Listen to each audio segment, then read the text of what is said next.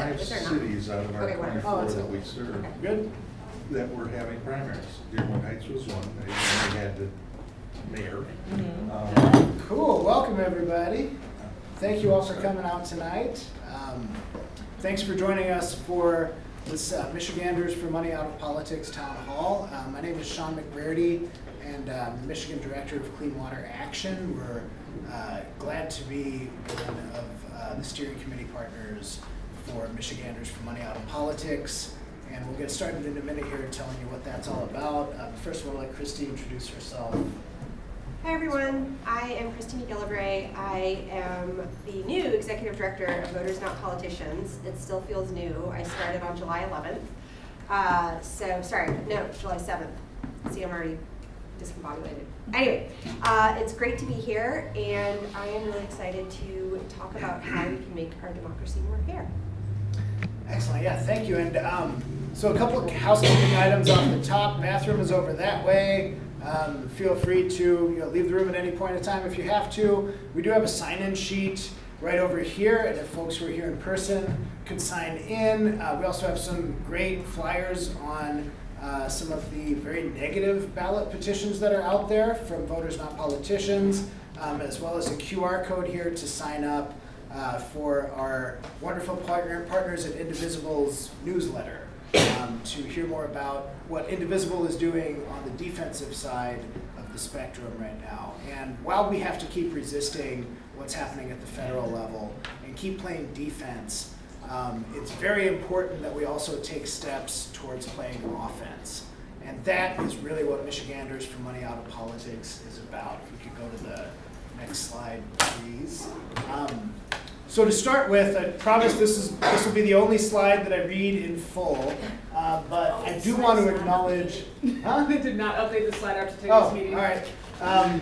This is the only slide that we'll read almost in full, this is our key coalition partners who have been engaged in this for a number of years. So Michiganders for Money Out of Politics started out as the Taking Back Our Power Coalition, which has worked together since 2023, working to hold lawmakers accountable and also to stop some of the major corrupting influences in our political process from continuing to buy our elected officials.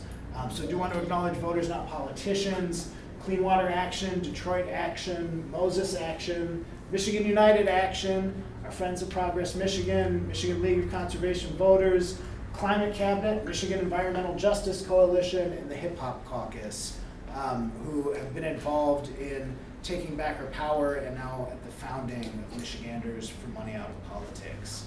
We can move to the next slide, please. Oh, yeah. So, shout out to VNP. Since 2018, we've been able to do a lot of work to stop gerrymandering in Michigan, make sure that our state has fair districts. We've also, through ballot initiatives in 2018 and 2022, been able to address voter suppression and make sure that voters, not politicians, are deciding who can vote and how we're allowed to vote.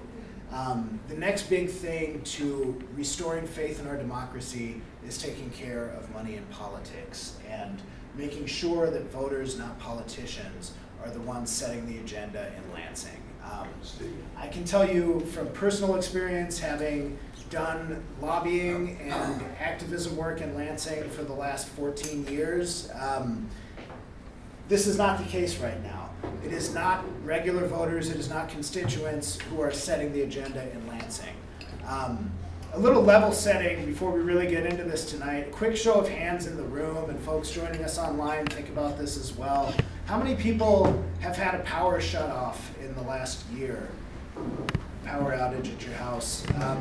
How many people have had their power rates increase over the last year? How many people have spent, any amount of time is probably too much time, but how many people have spent time grappling with a health insurance company because your doctor says something is supposed to be covered, and the health insurance company throws themselves in the middle and says, no, we're not going to pay for it? That is all a symptom of the problem that we're working to address tonight. Right now, when we think of the legislative session going on where they've passed a whopping 6 bills in the last 7 months, with Republicans running the state house, Democrats running the state senate, and a governor from the Democratic Party. 3 big spenders in Michigan politics are Blue Cross Blue Shield, DTE Energy, and Consumers Energy. In 23-24, that legislative session where we had a Democratic trifecta and pretended like there were a lot of things done for working people and our environment and other important causes.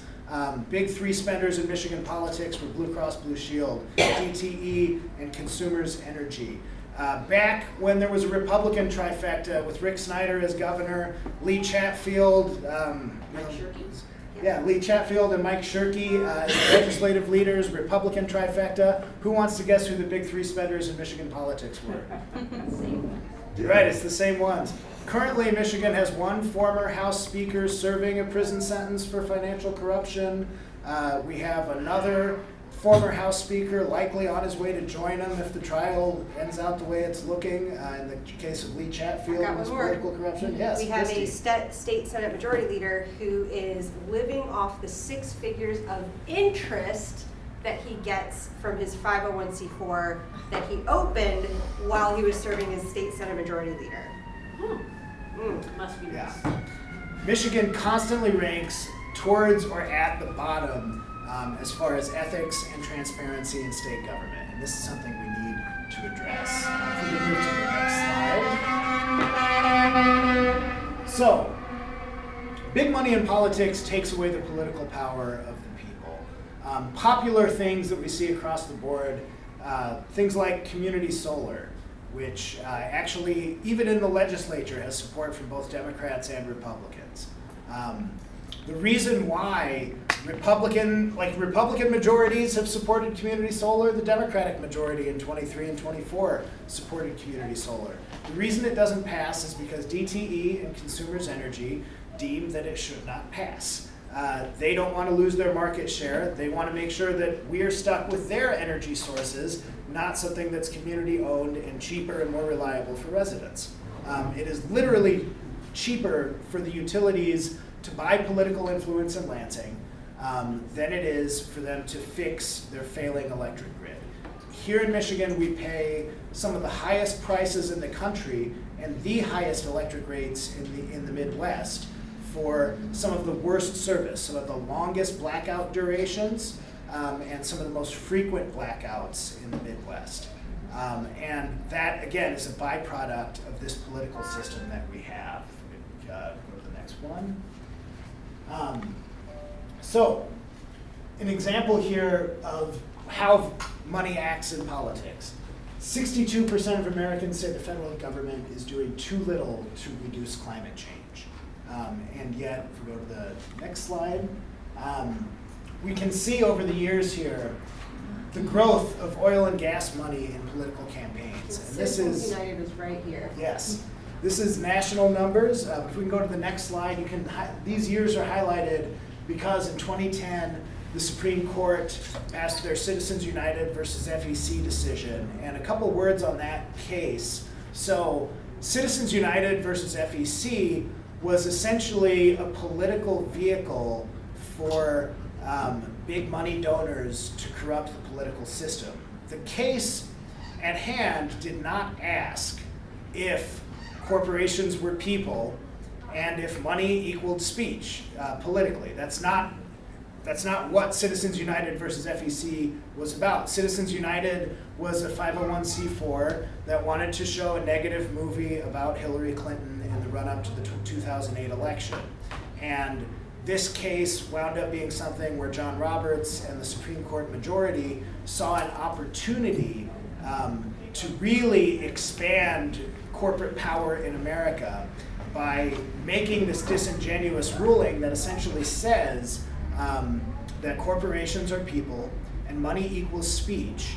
Therefore, you cannot stop corporations from spending money in politics. Citizens United is, I think, one of the most unfortunate decisions in the history of the United States Supreme Court. It's been something that has led to the political problems that we have today. However, it is not something we can overturn at the state level. and that is kind of plain and simple the rule of law. So what we're seeking to do does not actually overturn Citizens United, but it puts critical rules in place that go as far as we can to limit the influence of corporate power in our political system. These are just a couple examples of headlines I'm sure y'all are familiar with. From the Free Press, DTE and consumers are among the worst utilities for blackout durations in the country. And DTE donates to nearly every Michigan lawmaker as it seeks rate hike, which, by the way, that could be a perennial headline. It happens every year. The worst it's gotten recently is, so we have 148 state house representatives and state senators in Lansing, 110 state house reps and 38 state senators, so 148 total. In 2022, 138 out of the 148 took contributions from DTE. That is how this system is working so far. DTE and Consumers Energy have hiked rates annually for the last several years. In the last 3 years, both utilities have posted record-breaking profits. Both utilities have increased their CEO pay to record-breaking paychecks for their CEOs. Both utilities are making giant campaign contributions to the people who are supposed to represent us. And while other people are getting those campaign contributions, you and I are paying for those campaign contributions in blackouts and in increased rates. DTE likes to make a point in the media of saying they don't use ratepayer money for their political spending. And that's— They skip to executives. Yes, that's technically true. They don't. But all of their money comes from ratepayer money. So it's really an academic argument. I want to add Yes. something, because I don't think a lot of people realize this. So the entire governance structure for utilities also includes a guaranteed rate of return. That is literally written into state law.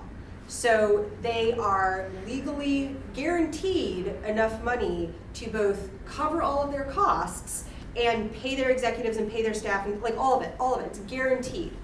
It's written into the legislation. So everything that they do to put pressure on the Michigan Public Service Commission is to add to more profits on top of their guaranteed rate of return. It's bananas. Okay. And their guaranteed rate of return, by the way, is 9.8% annually. So quick show of hands, who would take a guaranteed 10% raise every year? Well, that's what you give DTE and consumers, so I think we all deserve it too. It's not a free market. It's not a free market. So, our legislators here, again, are not the enemy. This is not a problem of individual lawmaker corruption, although there are certainly many examples of that on both sides of the aisle. However, this is a systematic problem. And so this is a huge bipartisan problem that must be met with a nonpartisan solution. And that is why we're taking this straight to the people. Because if the constituency that was going to vote on taking this corporate money out of politics consisted of the Lansing insiders, the elected officials, and folks from DTE, et cetera, we'd lose it every time. When we go to the people of Michigan, the people here are smart enough to know that we're being screwed, frankly, by these big companies who have bought an untoward amount of influence in our political process. Getting elected is a very expensive endeavor. More than $67 million was spent on competitive state legislature races in 2024. And again, a lot of that money coming from these companies. It doesn't have to be that way. By limiting the influence of this money in politics, we also make it more possible for people who actually want to represent their constituents and who want to do something good for their neighbors, et cetera, to run for and to win these offices. Another headline. How many folks remember the blackout that we had here in Detroit in the winter in 2023? Yeah. During that time, I remember going to this hearing in Lansing for the Michigan State House Energy Committee. And I was even kind of jaded then. I didn't think they'd take much action to hold utilities accountable. But they had a hearing where they heard a lot of heartbreaking stories. They heard from people who were worried because their medical devices weren't going to work without power, and they were stuck in a bad situation. They heard from people who lost food and medicine, hundreds of dollars worth of food and medicine when the power failed and DTE failed to get the power back on in a reasonable amount of time. They heard all this heartbreaking testimony, and after that hearing, I remember thinking maybe there actually will be action on this at this point. Maybe this power outage was one step too many. Maybe this is the straw that broke the camel's back, and these companies will be held accountable. But while that hearing was going on, DTE's 501c4 nonprofit gave $100,000 to House Speaker Joe Tate's 501c4 nonprofit. And all of a sudden, those utility accountability bills went nowhere. They kind of disappeared. There was no more hearings on them, and there was never a vote. Just kind of a picture of the influence that we're talking about. So this is also, so we talked a lot about the utilities so far, and the utilities are a big part of this. We are seeking to ban utility contributions, and the way we're doing that, so utilities are actually already can't make direct contributions. DTE never writes a check, and when you see DTE and consumers and other groups in the press saying that they're not breaking the law, because they really like to say that what they're doing is completely legal, they're right. It is completely legal. The law is so absurd that buying politicians the way they're doing it right now is completely legal. If they wanted to break the law, DTE's CEO would essentially have to take a big old bag of cash, bring it to a state rep, hand it to them, and say, this is in exchange for your vote on X bill. And ideally, they do it in the office. Yes, ideally it's done in the office. That would make sure that they're breaking the law. Short of that, it's hard for these companies to actually break the law. The problem isn't that they're breaking the law now. The problem is the laws that we have on the books are nowhere near strong enough to ensure that the people have the representation that we need. The other side of this is government contractors. So lots of companies have government contracts, and one of the things that we're seeking to do is to stop all government contractors with contracts in excess of $250,000 a year from being able to make these contributions.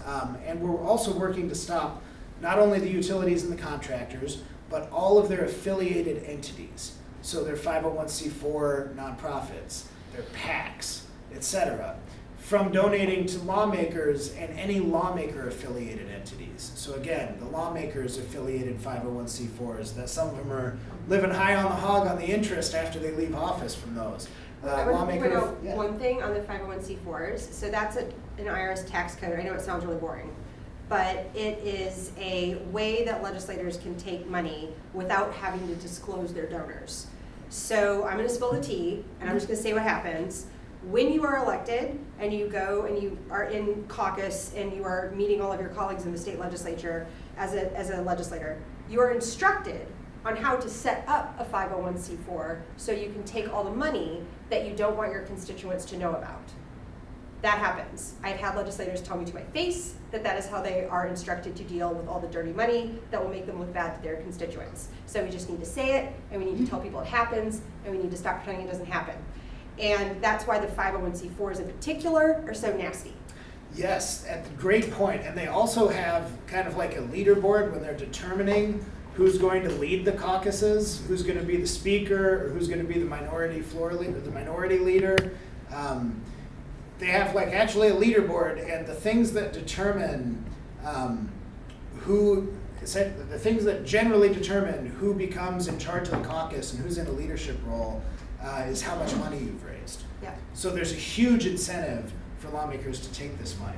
But so these contractors, we're working to ban contractor contributions as well.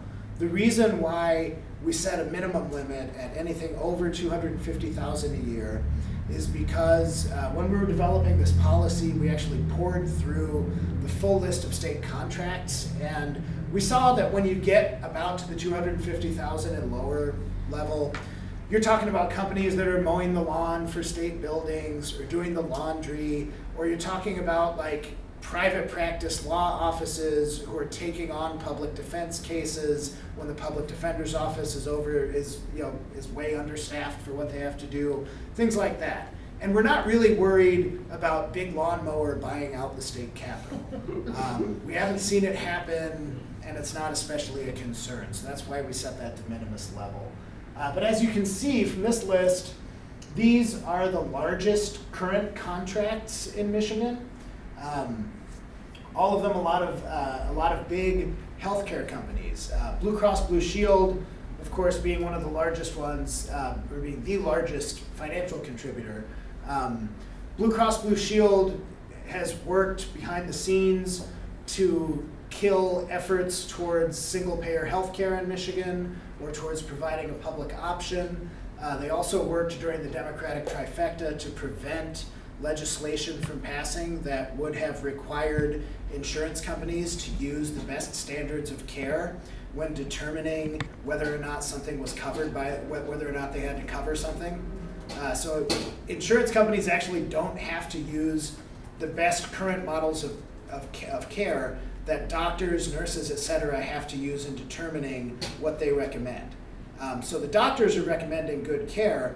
Insurance companies, because of their own legislative influence, don't have to do that. And in a larger sense, when you have government contractors like this, those contracts should really only be renewed because the contractor is doing a good job for the people. And instead, what we see time and time again is contracts getting renewed after a contractor spends an exorbitant amount of money lobbying elected officials or making sure that those overseeing them get reelected. And so that's another piece of like this political corruption that we're seeing in Lansing that we're seeking to ban here. Cool, and then as you can see, this is a list just from 2013 to 2023, which by the way, a lot of our data you're gonna notice ends in 2023. That's because for 501c4s, which again is kind of a preferred dark money entity, you don't get the reporting until a year later. So like, And you don't have the donors. You never have the donors. and you never have the donors. You never have yes. the donors. But so like when Joe Tate received $100,000 from DTE while his constituents were without power, nobody knew about that until a year later when Detroit News reporter Craig Mauger, who does excellent reporting on campaign finance. People in Lansing are terrified of getting a call from Craig. But Craig looked through the records and found that and reported it. But again, it was a year later, so it's no longer something that you can really do much about. I want to read Rachel Hood's quote. Did anyone read that Detroit News article that quotes Rachel Hood that was out a couple days ago? No? Okay, hold on 1 second. And while she pulls it up, Rachel Hood is a former state house representative from Grand Rapids who spent much of her time pushing for community solar, water affordability, and other things that regular people want. Yeah. DTE and consumers didn't really like her. So here's from the Detroit News. Three sources told the Detroit News they heard that Shaquille Myers, as the chief of staff for Joe Tate, who was working directly with DTE at the time, privately warned members against taking any actions that would upset DTE and consumers.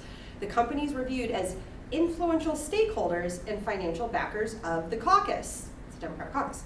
Former Representative Rachel Hood, a Grand Rapids Democrat who spearheaded the community solar proposals, said Myers, quote, managed to ruin a historical moment for the people of Michigan in order to protect the governor's political future and prioritize the state's business elite.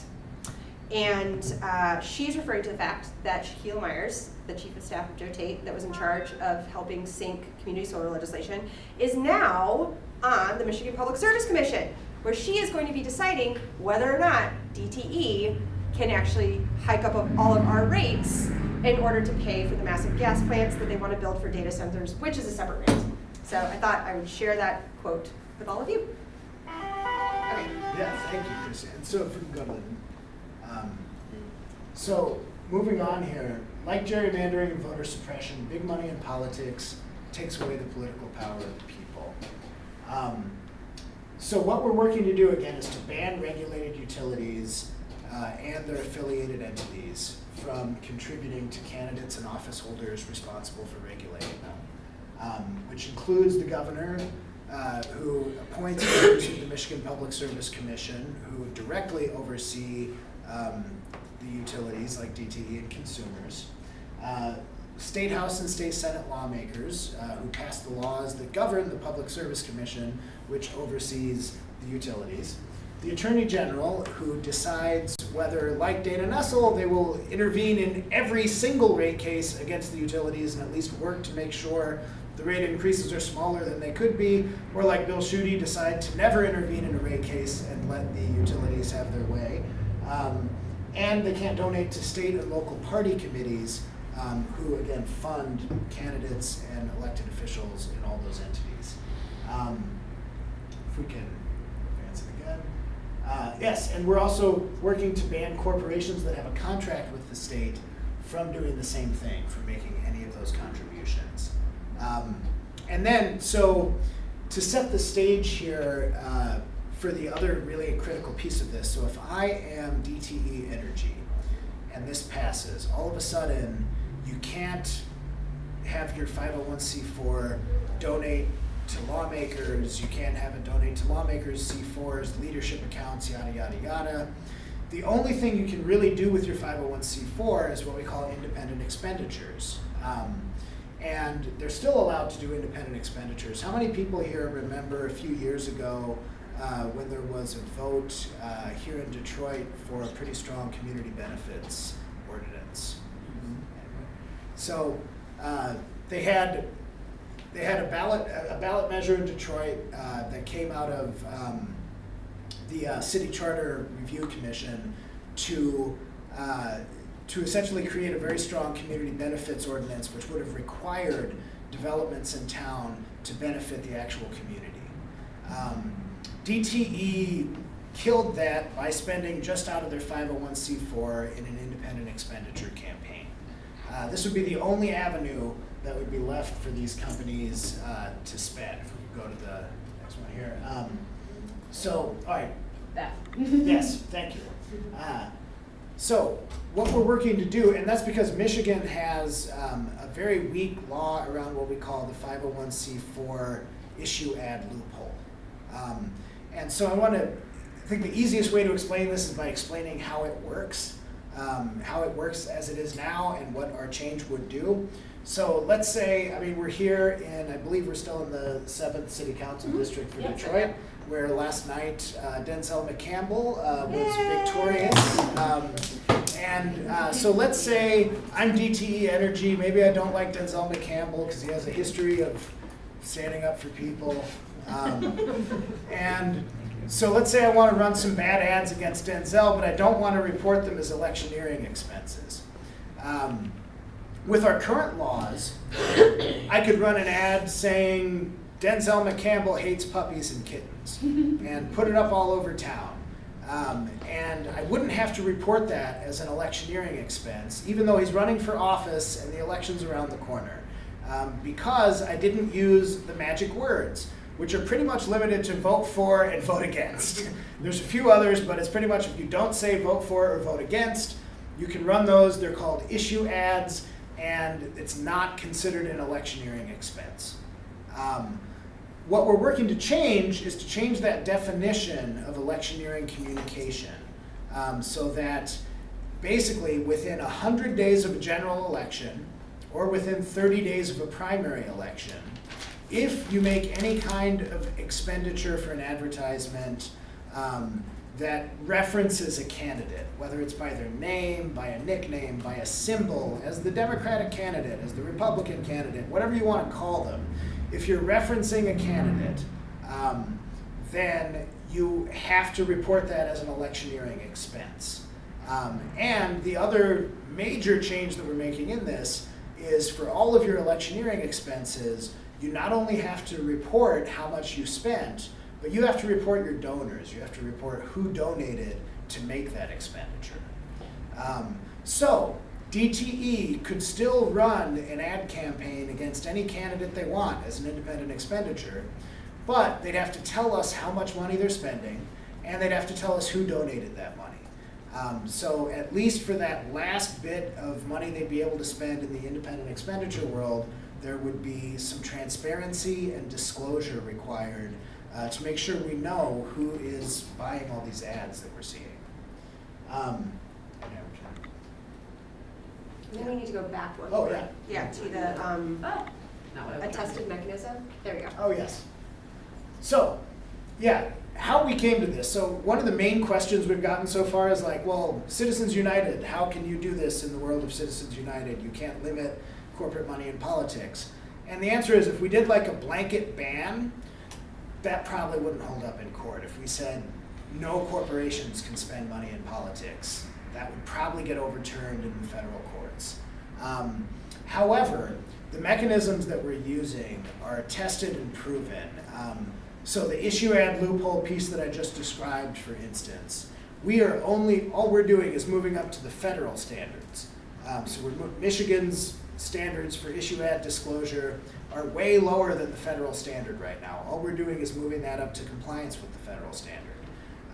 Right now, the federal government has a law banning government contractors from contributing to the campaigns of members of Congress. So we're essentially echoing that, although with a bit of a stronger version, in our own contractor ban. There's also precedent in different states for making sure that monopoly industries, like heavily regulated industries that you don't have a choice as to whether or not you're using them, for their political contributions to be regulated. So we've taken these tested mechanisms that have held up in other states and at the national level and kind of combined the best principles of all of those into this ballot initiative, which, if we're able to pass it, would make sure that Michigan has some of the strongest, pro-actual people, not corporate people, campaign expenditure laws in the country. You still, this one? Oh, we already did that one, I think. And so anyway, the track that we've come to so far. In 2023, we had legislation introduced during the Democratic trifecta to address this problem. And it was actually, there was so much opposition to what we did in 2023 that the Speaker of the House controls like all the rooms in the state capitol and the State House office building. Speaker Tate literally would not give us a room to do an introduction press conference for these bills. So we introduced the bills in the church across the street from the Capitol. The bills then got sent to the Government Operations Committee, which is a place I like to call where good legislation goes to die. And it died there. There was no action taken on these bills despite widespread public support. This term, we've actually had this package reintroduced. It's a bipartisan package now where our two lead sponsors were State House Representative Dylan Wigela, a Democratic socialist from the Metro Detroit area here, and Representative Jim DeSanta, who is a conservative member of the House Freedom Caucus from Taylor. But so we had very bipartisan package with the two of them as lead sponsors. We got a little bit of a better reception at first. We got to use the Republican press room to introduce our bill package. But again, it got sent to Government Operations. It went nowhere. And so, Hey, wait, really quickly too. Yeah. Matt Hall, the current Speaker of the House, has not taken any action. yes, So, Yes. bipartisan problem. yep. Matt Hall has taken just as much action as Joe Tate. Speaker Tate has, as Lee Chatfield has, and any of their predecessors. They're not going to touch this with a 10-foot pole. Again, we have a bipartisan problem, and it's going to take us stepping in. It's going to take the voters making a difference with a nonpartisan solution. And so, different ways to do this.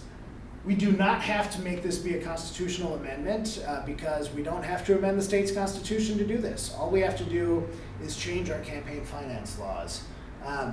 These are the different paths for for a ballot initiative. If there's a legislature-led initiative, for a law, you need the majority of both chambers and gubernatorial approval to then put it on the ballot for people to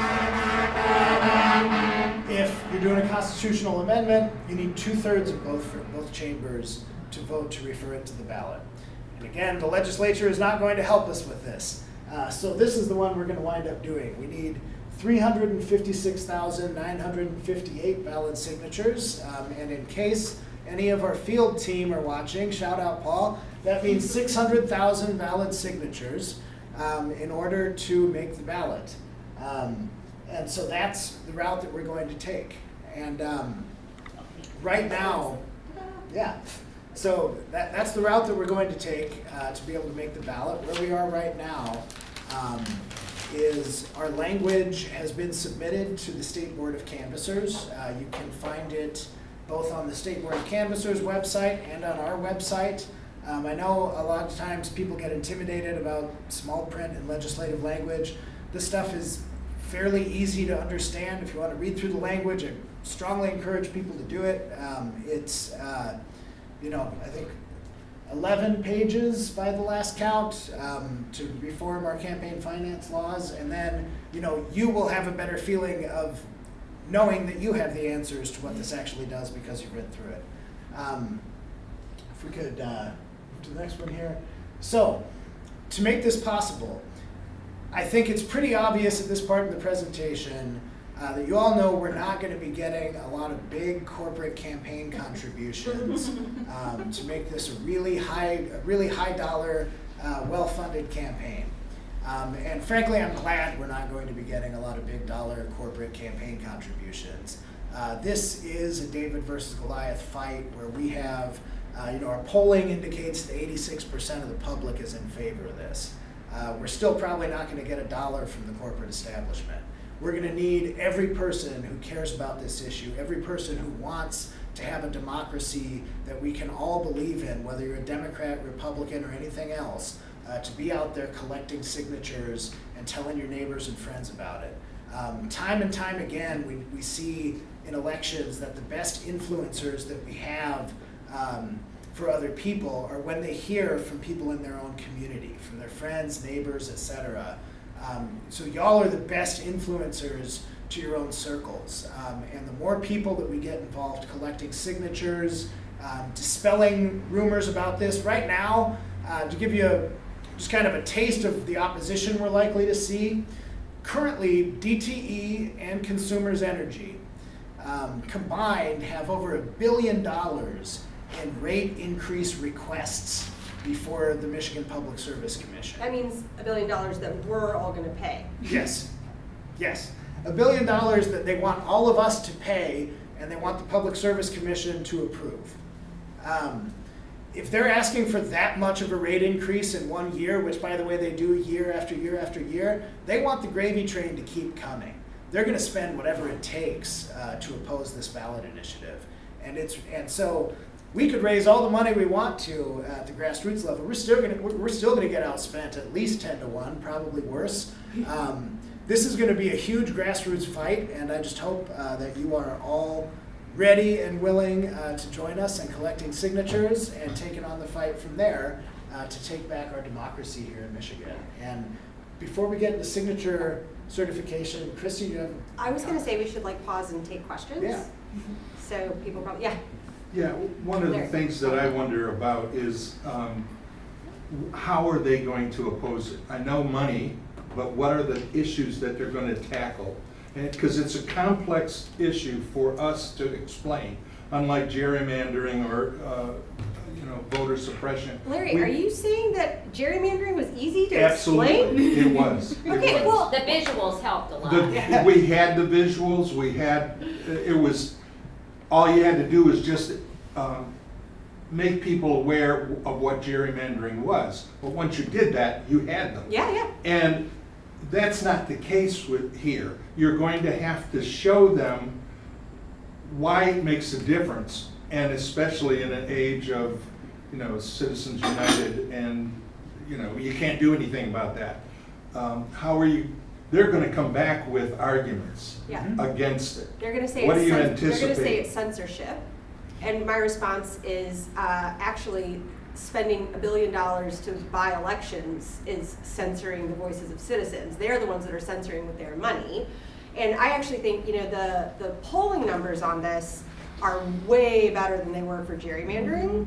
So gerrymandering, the polling numbers were, and I'm saying this, I don't know if you know this, Larry, but in 2015, I was actually doing town halls on gerrymandering, and the kind of powers that be decided to tank it because the polling numbers indicated that the public couldn't understand gerrymandering. And then Voters Not Politicians took it on and proved everyone wrong, and proved, to your point, you were one of the people that did it, that you can explain these things to people and they do understand. I think people understand bribery. This is bribery. It is legalized bribery. And I don't think we need to say more than that. Politicians are being bribed by the very entities that they're supposed to actually rein in. But earlier in the slide, you said, don't blame the politicians, blame the system. But we gotta blame the politicians. We need to know those 10 legislators that didn't accept money. Sure. And we need to know those that did, like Joe Tate.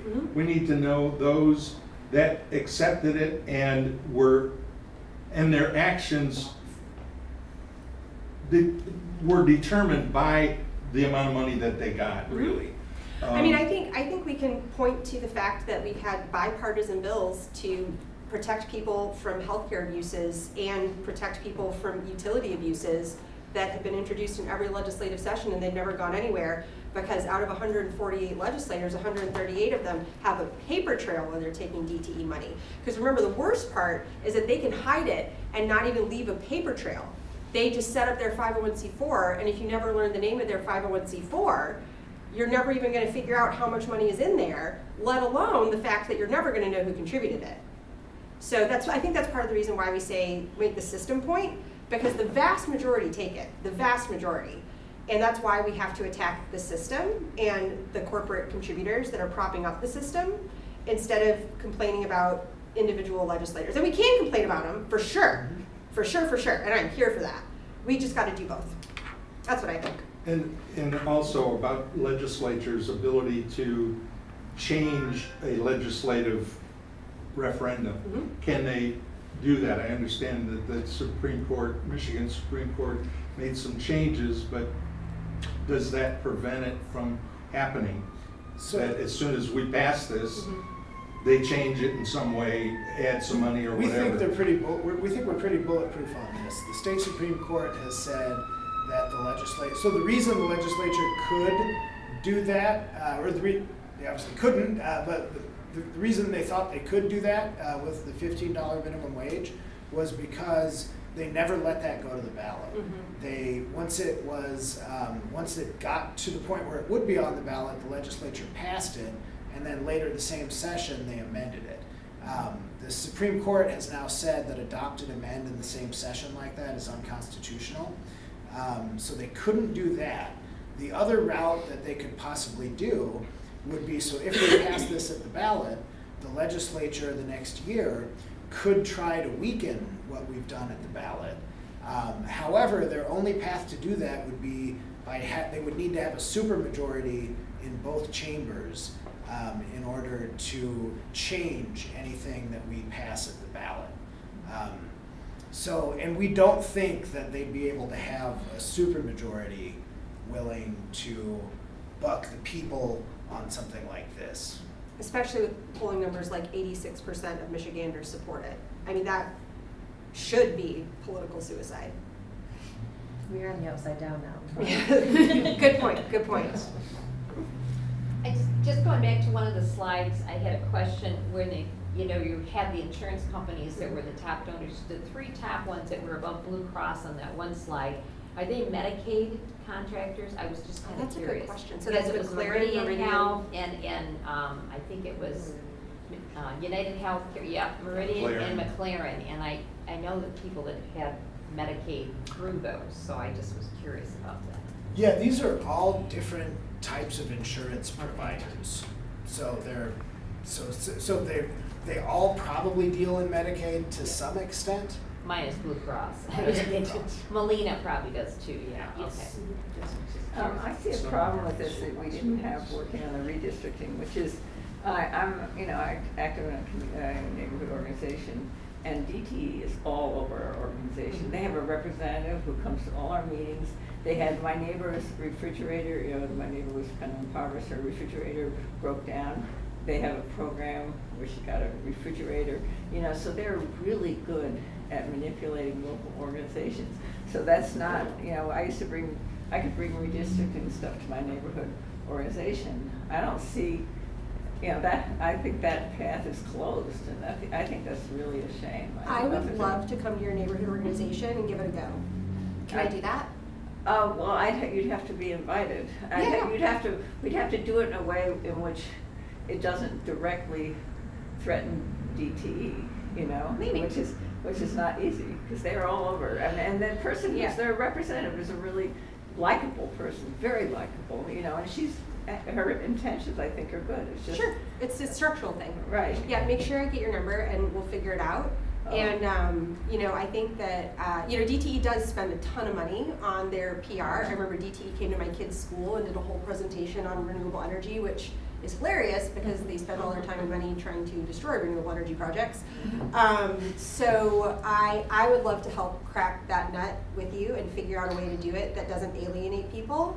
That Because I'm no think it's a good longer idea. on the neighborhood organization, but I'm active, but I'm no longer on the board or anything. Yeah, let's figure it out. Okay. Yeah, let's figure it out. And this applies to all government contractors with contracts over $250,000. Right. So it is bigger than DTE. I think DTE is one of the most egregious examples of how they buy influence in Lansing, which is why we've honed in on it.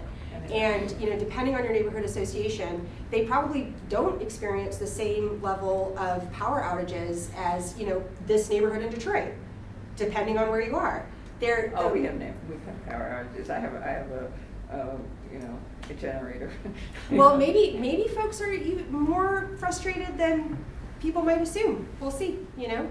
So I think, but we can focus on the other government contractors, and in general, I think that everyone understands that giving massive amounts of elected officials in order to guarantee certain outcomes in legislation is legalized bribery.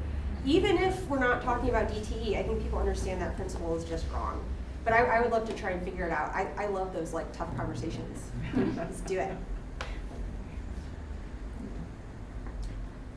Any other questions before we go on to how to circulate petitions? Just a comment, I think one of the we have two representatives that serve as part of Dearborn, and our friend, she's not our representative, but Erin Burns, I think she would be very much supportive of this. Yeah, she was one of the ones who signed our pledge early on in the legislative She's gonna be running process. for Senate too, so. Oh, I hadn't heard that. Yes. That's Yeah, helpful. she is. And you know, I think you two might enjoy this. One of the things that I'm most looking forward to doing when we get to signature collection, and we need help from people to do it, is to make sure we know which side our politicians are on. We want to have signature gatherers wait outside the House and Senate chambers on a couple session days with cameramen as well, so that we can make sure and see which lawmakers are signing and which ones aren't. If y'all want to help out during the fall. So yeah, we're going to go through the petition circulator training here in a second. This QR code is where you can sign up with Michiganders for Money Out of Politics. Check us out at mopupmichigan.org. And yeah, we're also on all the social media at Michigan Mop. So Michigan MOP on Facebook, Blue Sky, Twitter, etc. Are we on Twitter? Instagram, Yes. TikTok, and plus too. And we're on TikTok, Instagram, you name it. So please follow us. You know, as we work to get this off the ground, getting people sharing things on social media is super important towards getting more eyes on this. And again, we're not going to have a lot of money to put into getting more eyes on this. We're going to have to do it the old-fashioned way. So yeah, let's go to the circulator training. Cool. I will say it is like 7 o'clock and we want you to like Is 2 it? minutes stretch. It's 5 too. Okay. Let's take a break. Okay. And then Quick if anyone stretch. has any questions they didn't get answered. Yep. Don't leave though. We're not done. Just, you know, I feel like I should let y'all move slightly. Yeah. Yeah. And yeah, this one's quicker. This one's like 15 minutes.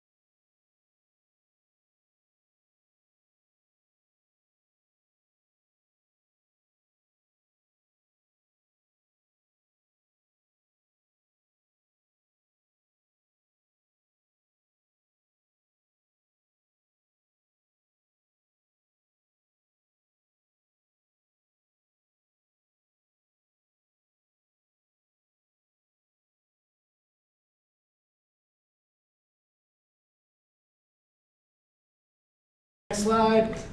So, circulator requirements and expectations. We'll run through this. If you have questions, just shout them out. You have to be either eligible to register to vote in Michigan or a registered voter in another state. You have to be at least 18. You have to be a U.S. citizen. That's kind of covered in number 1. You have to plan to collect at least 12 to 15, or you should plan to collect at least 12 to 15 signatures per week. The more signatures you collect, the better. And then super important, we are tracking all of these. We need you to maintain channels of communication with your volunteer team via team meetings and emails. And in collecting, you're representing Michiganders for Money out of politics. Important supplies. Hey, John? Yes. What, in terms of like the 12 to 15 signatures per week, by the way, in 2017, our average circulator got right around 100 signatures each. In 2022, things were a little bit harder because it was kind of post-COVID and stuff like that. But we still, I think our circulators averaged around 85 or so per circulator. So, looking to say get like 100 signatures on like say 10 to 20 sheets would be a good target figure to think in terms of how you can help and not stretch yourself too far. Well, What's the deadline? Can you give sorry, really quick. Can you give an example of how someone would get, like, what are the actual mechanics of it? How, like, that seems like a lot. So how did you do it?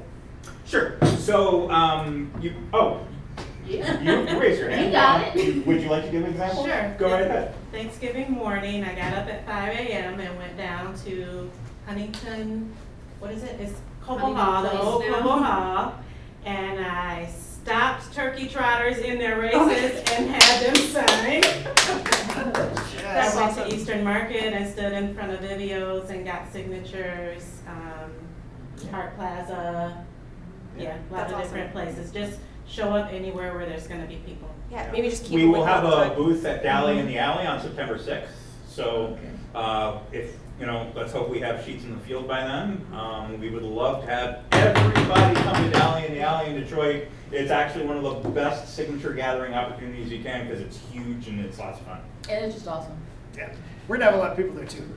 It'll be great. Wonderful. What's the deadline? There is no deadline yet, but the deadline is 180 days after you gather the first signature. Oh. So once we start, we will have 6 months. Yes. And we will go very quickly because a lot of those months will be in December. Put on snow pants, you'll be fine. So we're hoping. So our hope is to be out. We're planning to be out in the field with these before Labor Day. That should be meetable, and then we're hoping to be finished with signature collection by the end of the year. We may have some cleanup to do in January and February, but generally hoping to be done by the end of the holidays. So important supplies. Everybody needs to have a clipboard. With it, you will have the following things taped to it. There's a circulator do's and don'ts handout, a list of Michigan counties. Important, you have to spell the counties the right way on the petition sheets. If you do not, so you think about it this way. If you pay circulators, the average right now is 10 to 15 bucks per signature. So 10 signatures is worth $100, lowballing it. If you spell the name of the county wrong, all 10 of those are gone. They don't count.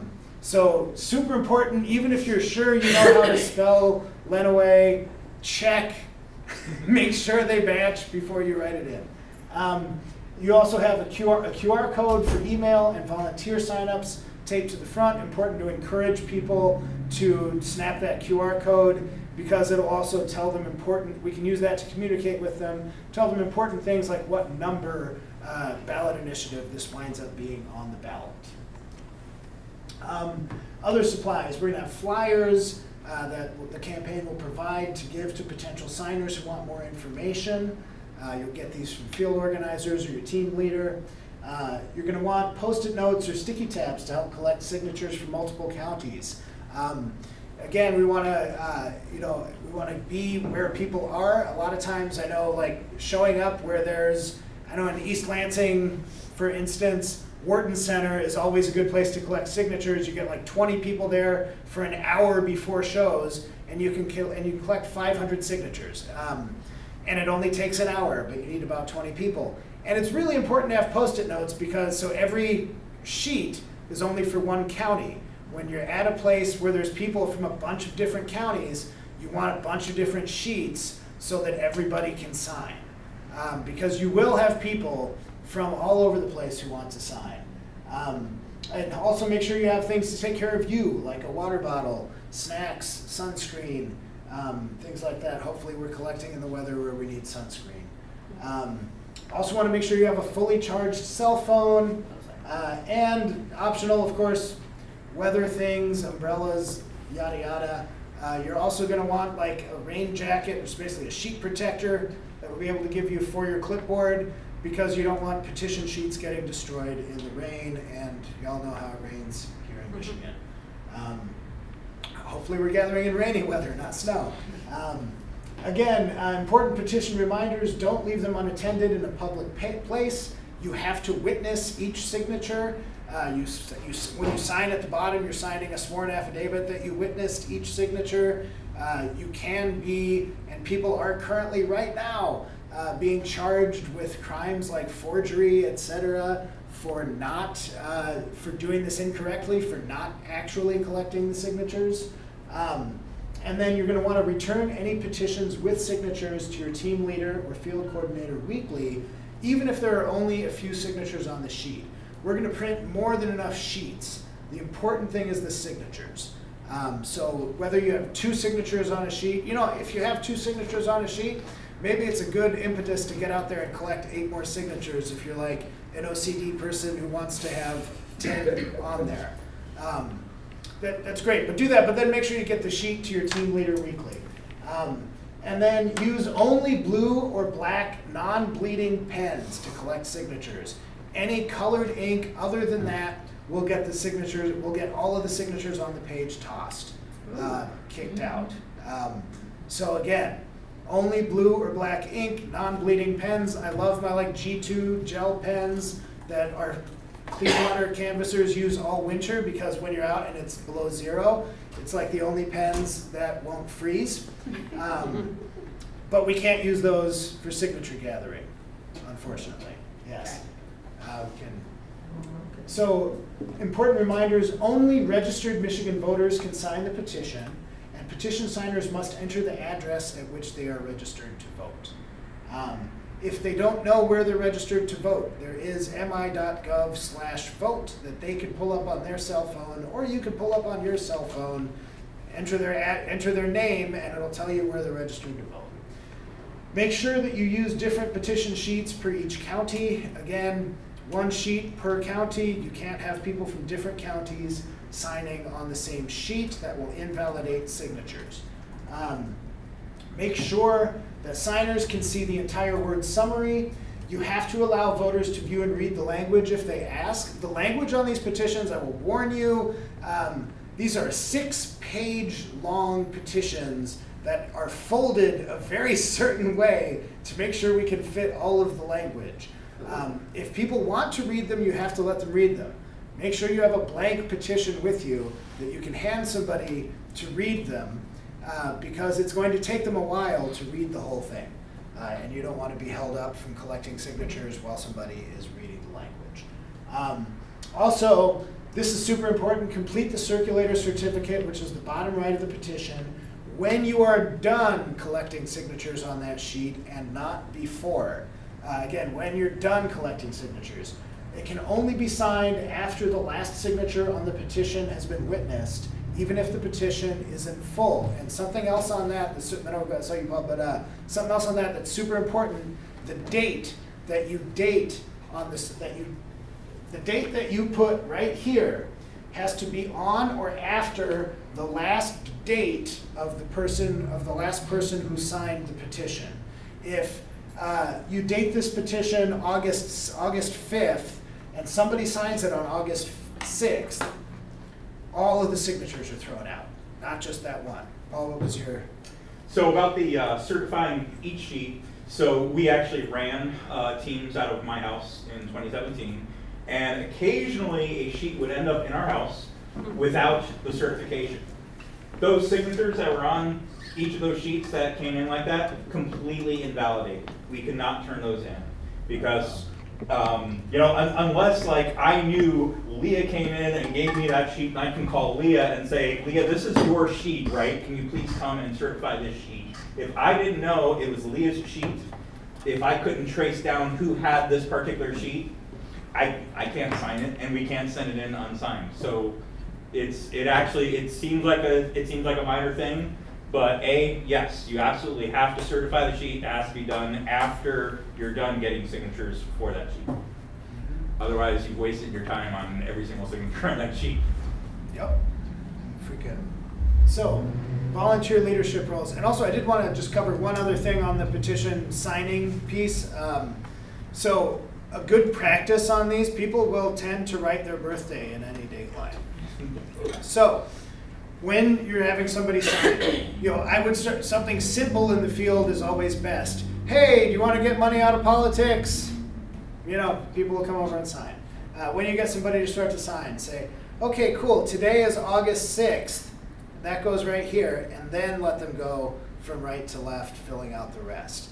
But if you start by telling them what the date is and where it goes, you'll generally stop people from writing their birthday. Some people will still write their birthday or make other mistakes. That's fine. If they make a mistake, the procedure is for them to draw one line straight through the whole entry and then write their stuff on the next line. And that is perfectly fine to do.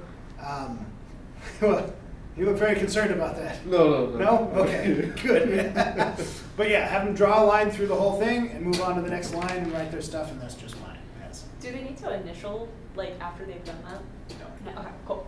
That's just my experience with, like, tax documents and stuff, and I was like, I should ask. Yes. Well, Great great question. Volunteer leadership roles. Regional organizers are in charge of volunteers in a specific region within the state. Field coordinator coordinates volunteer efforts in a designated zone within the region and is the point of contact between the regional organizer and volunteer teams. Volunteer team leader reports to the field coordinator in their zone, and they recruit, train, and lead a local team of anywhere between 5 and 50 circulators and distribute supplies to volunteers on their teams. Voter contact volunteer circulates petitions, staffs tables at events, and canvases for face-to-face voter contact. And then supply volunteers coordinate supply distribution for assigned regions or zones. They communicate closely with their local field coordinator and regional organizer. If you don't know yet which role you want to play, wonderful. Do something, start with something that feels comfortable, and maybe you'll move into something else by the end of the campaign, who knows. Sometimes you wind up doing this stuff for life. You can go to the next slide, I think please. that's it, actually. Oh, that's it, cool. Any questions on how to collect signatures? Actually, one question, how much can people abbreviate what township, city, village they want? That is a good question. So TWP, TWIP, is usually okay. I was less concerned about that and more concerned about like St. Clair Shores or, Farmington Hills or. Yeah, I was you have gonna to write say, the whole all of thing the out. gross points have to write out the words. Yes. No They one should- knows what that means You outside can't of do you. GPP. Yeah. No. Those look like. No, you should write out for TWP for township is usually acceptable. But even then, if I'm signing in a township, I'll write out township. You want people, and other than the word township, you want people to write out the whole word to everything. Right. So, especially on a campaign like this, when people sign, these signatures, once we deliver them to the state, become public documents. The first thing that DTE, Consumers Energy, Blue Cross Blue Shield, and several other groups are going to do is to FOIA all of our petition sheets. And then they're going to go through them with a fine-tooth comb. They will call everybody who signed. They will try to invalidate as many signatures as they can. That's kind of how this game is played. That's why we need to get more signatures than we actually need, because the other side is going to try to invalidate every signature they can. And so we want to give them as little reasons for being able to invalidate things as possible. So while we might be able to make a good argument that GPP should be an acceptable abbreviation for Grosse Pointe Park, let's say, or Grosse PTE Park for, we could make lots of good arguments as to why those things should be acceptable, but the best tactic is to not have to make those arguments at all by writing out the whole word. I would, if somebody's like, do I really have to write out these words? Just say it's like, well, how badly do you want to get money out of politics? Is it worth writing out your whole city? But it also just takes longer. It takes forever. We all agree. Yeah. I'm in one of Can't those mail a three letter, like cities. the GPP wouldn't work with the post office, so. Yeah, and also be careful with places that have a township and a regular, like there's the Village of Clinton and there's Clinton Township where it looks like the Right. same, so, just double check with folks and, yeah, best to be extra annoyingly detailed than sorry later on. You don't have to And write it's, everything. it's the township recipient where they're registered to But vote. you have to. Yes. Because I know there's Correct. funding. I actually don't think there's places. a box Yes. for MI, because you. You have to be because you a have to registered be a voter in Michigan. the state of Michigan. Okay. All right, so and then these are where supplemental slides would go. That's the end of the presentation for tonight. And lastly, so we don't have a date yet. We will have a date very soon, and it could be as soon as next week when the Board of State Canvassers will be meeting to hear our petition in Lansing. We should explain And- what that does. Yeah, so what that does, the Board of State Canvassers is a four-person body comprised of 2 Democrats and 2 Republicans. They are nominated by the heads of the Democratic and Republican parties, and then the governor actually appoints them. But the Board of State Canvassers is in charge of approving both the form of our petitions and the 100-word summary that will appear on the front of the petitions. And when they have their meetings, these are usually, this year these have generally been all-day-long meetings where they, debate the language of the summary that appears, et cetera, on end for a long time, and then they have to vote to approve or deny our the summary for our petition and the form of the petition. It's likely that the opposition on this is going to try to pack the room. They're going to have tons of people there to oppose us and to make it look like this is unpopular, and then to try to create something where we get the worst summary that we possibly can. If the Chamber of Commerce got to write the summary language for this, they would probably call it a discriminatory law which which censors certain persons from being able to participate in politics and not others. And that attacks job providers and hates puppies or whatever they want to throw in there. We need to pack the room, just like the other side's doing. So we need, if you can, whenever that date gets called, which will hopefully be soon, and the meeting again could be as soon as next Wednesday or Thursday, please try to come to Lansing and join us and be there and watch and be there in person for the meeting. It's super important that the Board of Canvassers sees that we have a lot of support at that stage in the process. If you can't make it, no worries. It's way better to be out collecting signatures than to be at one meeting. But if you can make it to the Board of Canvassers meeting in Lansing, please do come out and join us for that as soon as when it gets announced. And that's about it. Do you have any update on this stuff? Yeah, I can give that real quick. All right, so anti-voter petitions, voter suppression petitions that are out and about in Michigan. There are, as of right now, we have gotten no reports of people actually circulating. However, there are 3 different voter suppression petitions that have been okayed by the Board of State Canvassers to begin circulation. We're just waiting to see when they actually start. Last week, the Americans for Citizen Voting, a national special interest group who is backing, technically they backed 2 petitions, they're going to disqualify one and just go with one of their petitions, announced in a press conference with several members of the state legislature, the Michigan Republican Party, that they are ready to begin circulating, and then they still didn't, which is interesting. But we do know that from recent campaign finance reports, they have about $80,000 sitting in a bank that they can use to gather signatures to put this on the ballot. So basically, we are expecting to see them at any time, and they are heavily funded. They have all of the money in the world to make this happen, which is why we have all of our flyers out, because we need grassroots power to stop them. People need to know not to sign away their rights. And then on the other side of that, there is also the petition backed by state lawmakers who are self-interested and want to make sure only the people they want to vote can vote. That Committee to Protect Voters' Rights has not been seen. They have a little less money in the bank, still a lot of money in the bank. Some reports have said those groups are working together. Recent reports have said they're not.